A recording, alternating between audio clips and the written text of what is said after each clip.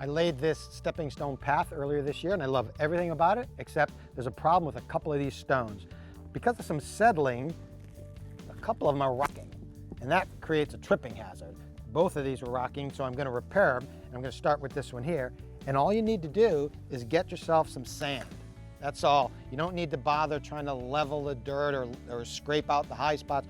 I found the easiest and quickest way is just pour in some sand. You can just buy a big old bag of sand at the home center and spread it out. Help level out the stone.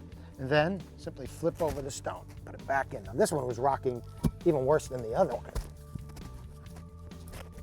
There you go. Boy, actually that's pretty good, almost right there. But ordinarily you use a rubber mallet, in this case a dead blow mallet, to pound the stone down into the sand. See, this stone is a little high, and that's okay. You want to leave it a little high. It goes over time, especially after a few rainstorms. The sand will settle in, and now your stepping stone path is perfectly safe.